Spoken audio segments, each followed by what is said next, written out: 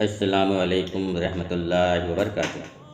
ناظرین، ہم آج بات کرنے والے ہیں ایک عظیم ہستی کے بارے میں جنہیں دنیا سورڈ آف گاڈ یعنی خدا کی تلوار کے نام سے جانتے ہیں۔ مکہ کے ایک ایسے گھرانے میں آنکھ کھولنے والا بچہ جو اپنی دولت، سخاوت اور فہم و فراست کے حوالے سے جانا پہچانا جاتا تھا۔ اس بچے کے والد ولید کا شمار مکہ کے محتاط افراد میں ہوتا تھا۔ وہ مکہ سے طائف تک پھیلے ہوئے بے شمار باغات کے مالک تھے۔ اہل مکہ انہیں العدل الوحید کے القابات سے پکارتے تھے۔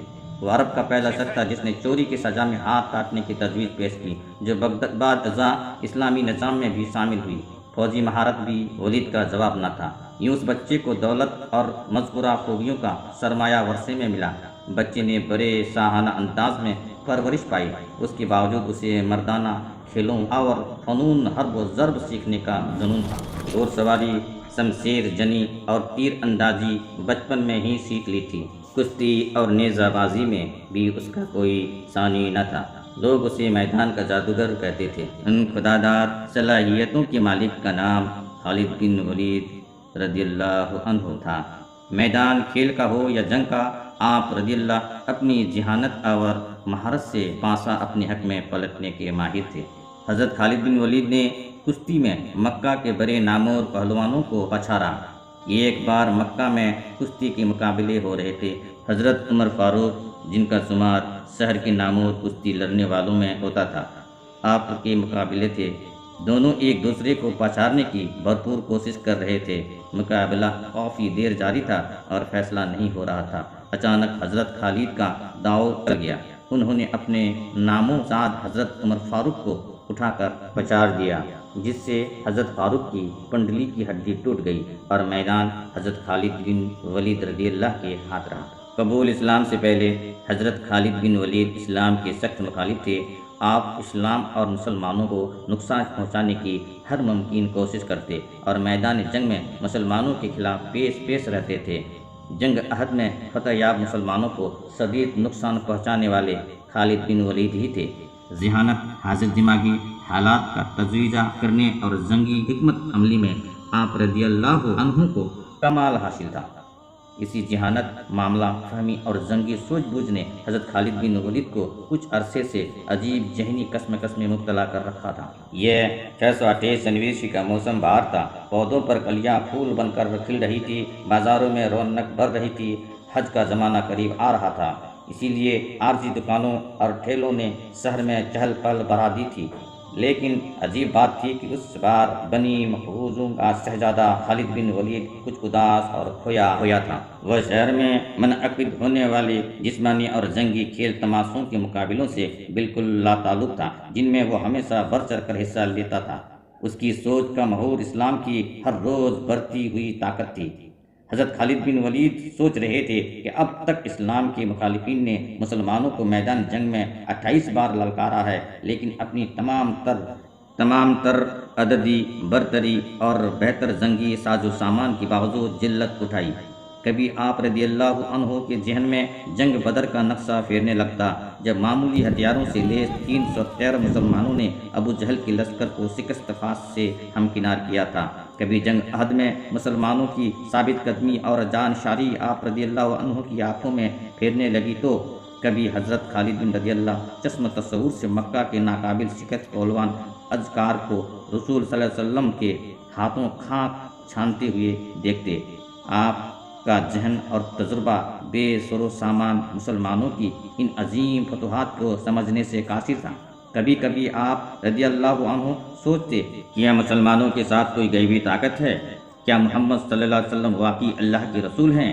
اسی کشمکش میں کئی ماہ گزر گئے۔ صلح حدیبیہ کو 1 برس بیت چکا تھا۔ معاہدے کے مطابق رسول صلی اللہ علیہ وسلم اپنے جانثاروں کے ساتھ عمرہ کے لیے مکہ میں داخل ہوئے۔ حضرت خالد بن ولید الجھے ذہن کے ساتھ مکہ سے نکل گئے تاکہ وہ شہر میں مسلمانوں کی داخلے کا منظر نہ دیکھ سکیں۔ مکہ میں 3 روز قیام کے دوران نبی کریم صلی اللہ علیہ وسلم نے خالد بن ولید کے بھائی ولید سے فرمایا، افسوس خالد میرے پاس نہیں آیا، اگر وہ آتا تو ہم اس کا پرتپا خیر مقدم کرتے۔ خالد جیسے شخص کو اسلام سے دور نہیں رہنا چاہیے۔ ایک دوسری روایت کے مطابق رسول صلی اللہ علیہ وسلم نے خالد بن ولید کے قبول اسلام کے لیے دعا فرمائی تھی۔ حضرت ولید رضی اللہ نے اپنے بھائی کو بہت ڈھونڈا لیکن ان کا کچھ پتہ نہ چلا۔ آخر ولید نے اپنے بھائی کے نام ایک خط لکھ کر ایک شناسا کے حوالے کیا اور درخواست کی کہ جب خالد آئیں تو یہ خط ان کو پہنچا دیا جائے۔ دوسری طرف خالد بن ولید کے دل کی کیا حالت تھی اور بھائی کے خط نے کیا کمال دکھایا، اس حوالے سے خود حضرت خالد بن ولید فرماتے ہیں، میں اکثر سوچا کرتا تھا کہ مجھے پیغمبر اسلام صلی اللہ علیہ وسلم کے خلاف ہر جنگ اور ہر محاذ پر ناکامی کیوں ہوتی ہے۔ پھر آہستہ آہستہ میرے دل میں یہ خیال تقویت پکڑتا چلا گیا کہ کوئی غیبی طاقت میرے دل میں محمد صلی اللہ علیہ وسلم کے لیے جگہ بنا رہی ہے۔ پیغمبر اسلام صلی اللہ علیہ وسلم جب عمرہ کے لیے مکے میں تشریف لائے تو میں وہاں سے نکل چکا تھا، جس پر میرے بھائی نے مجھے خط لکھا جس میں تحریر تھا، مجھے تعجب ہے کہ تم اسلام سے اس قدر نفرت کرتے ہو، حالانکہ تمہارے جیسے عقل مند آدمی کبھی اسلام سے دور نہیں رہ سکتا۔ میرے بھائی، گمراہی کے اندھیرے سے نکل کر حق کی روشنی میں چلے آؤ۔ بھائی کا خط پڑھ کر میرے دل کی حالت بدل گئی اور میں رسول صلی اللہ علیہ وسلم کے حضور میں حاضر ہو کر اسلام قبول کرنے کو بےتاب ہو گیا۔ حضرت خالد بن ولید کے دل کو کسی پل چین نہیں تھا۔ آپ رضی اللہ عنہ نے مکہ کے کئی با اثر افراد کو حال دل سنایا، لیکن کسی نے قبول اسلام کے حوالے سے آپ کی حوصلہ افزائی نہیں کی۔ پھر آپ نے دل کا حال حضرت عثمان رضی اللہ بن طلحہ کو سنایا، وہ قبول اسلام کے لیے آپ رضی اللہ عنہ کا ساتھ دینے پر راضی ہو گئے۔ یوں حضرت خالد بن ولید اور حضرت عثمان حضور کریم صلی اللہ علیہ وسلم کی خدمت میں حاضر ہونے کے لیے مکہ سے مدینہ روانہ ہو گئے۔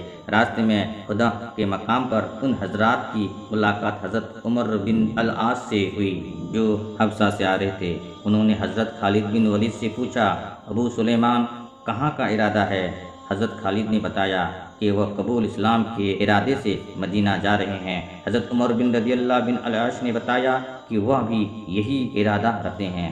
سن 628 مئی کا دن اسلامی تاریخ میں بے حد اہمیت رکھتا ہے۔ اس دن اسلام کے دو عظیم جنرل خالد بن ولید اور عمر بن العاص عثمان بن طلحہ کے ساتھ مدینہ منورہ میں داخل ہوئے۔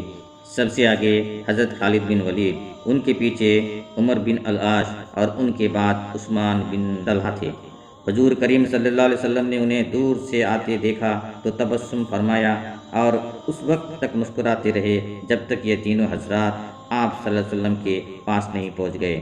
صلح حدیبیہ کے بعد رسول صلی اللہ علیہ وسلم نے دعوت و تبلیغ کا دائرہ عرب کے دور دراز علاقوں اور دیگر ممالک تک بڑھانے کا فیصلہ کیا۔ چنانچہ رسول کریم صلی اللہ علیہ وسلم نے کئی صحابہ کرام کو اسلام کے دعوت نامے دے کر غیر مسلم عرب رئیسوں اور پڑوسی بادشاہوں کی طرف روانہ کیا۔ شہابی، مجاہد، سپہ سالار اور جنرل کے تمام خواہش پوری ہوئے، مگر ایک خواہش پوری نہ ہوئی جو شہادت کی موت کی خواہش تھی۔ ساری عمر اسلام کے دشمنوں سے جہاد کرنے والے عظیم سپہ سالار نے ہر خطرے کا سامنا کیا مگر شہادت نہ ملی، جس کے لیے آپ رضی اللہ عنہ نے فرمایا، میرے جسم پر کوئی ایسی جگہ نہیں ہے جہاں پر زخموں کے نشان نہ ہو مگر مجھے جہاد کرتے ہوئے شہادت نہ ملی۔ حضرت خالد بن ولید رضی اللہ عنہ کو نبی کریم صلی اللہ علیہ وسلم نے سیف اللہ یعنی اللہ کی تلوار کا لقب دیا تھا۔ پھر یہ اللہ کی تلوار کس طرح ٹوٹتی؟